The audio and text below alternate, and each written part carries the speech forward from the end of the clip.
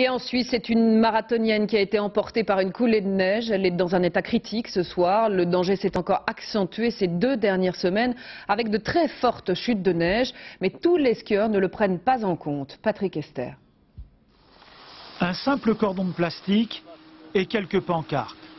Mais pour ceux qui effectuent ce geste banal de soulever la corde, le danger peut devenir immédiatement réel. Car en montagne, l'avalanche reste le risque majeur. Rien ne peut l'arrêter. Il est impossible de stopper cette force destructrice. Les stations de sport d'hiver connaissent bien et prennent en compte ce risque pour limiter ses effets. Par exemple, en analysant tous les jours la qualité de la neige, notamment après de fortes chutes. Un travail auquel les pisteurs sont formés en permanence, comme ici à l'Alpe d'Huez. Alors, ce qui est intéressant de savoir, c'est le temps qu'il a fait en début de saison et puis pendant toute la saison pour arriver à avoir une idée s'il a eu du vent, s'il a plu. Là, c'est des grains qui ont été mouillés par les chutes de pluie qu'on a eues ces derniers jours. Donc ça explique pourquoi ils sont si gros, si visibles.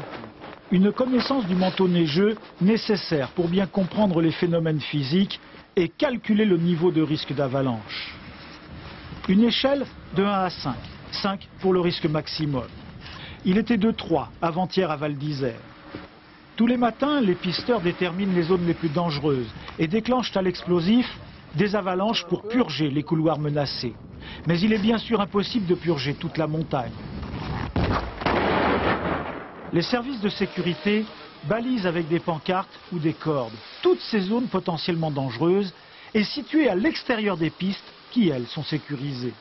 Alors, et surtout, lorsque le drapeau à damier ou le drapeau noir est hissé, les skieurs hors piste s'amusent à leurs risques et périls. Une pratique qui procure un plaisir intense, un plaisir qui tue chaque année plus d'une 50aine de personnes en France. En montagne, l'avalanche reste le risque majeur. Rien ne peut l'arrêter. Il est impossible de stopper cette force destructrice. Pourtant, les stations de sport d'hiver connaissent bien et prennent en compte ce risque pour limiter ses effets. Par exemple, en analysant tous les jours la qualité de la neige, notamment après de fortes chutes. Un travail auquel les pisteurs sont formés, comme ici, à l'Alpe d'Huez. Alors, ce qui est intéressant de savoir, c'est le temps qu'il a fait en début de saison et puis pendant toute la saison pour arriver à avoir une idée s'il a eu du vent, s'il a plu. Là, c'est des grains qui ont été mouillés par les chutes de pluie qu'on a eues ces derniers jours. Donc ça explique pourquoi ils sont si gros, si visibles. Une connaissance du manteau neigeux nécessaire pour bien comprendre les phénomènes physiques et prévoir le niveau de risque d'avalanche.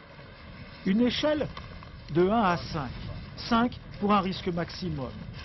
Il était à 3 avant-hier à Val d'Isère. Tous les matins, les pisteurs déterminent les zones les plus dangereuses et déclenchent à l'explosif des avalanches pour purger les couloirs menacés. Mais il est bien sûr impossible de purger toute la montagne.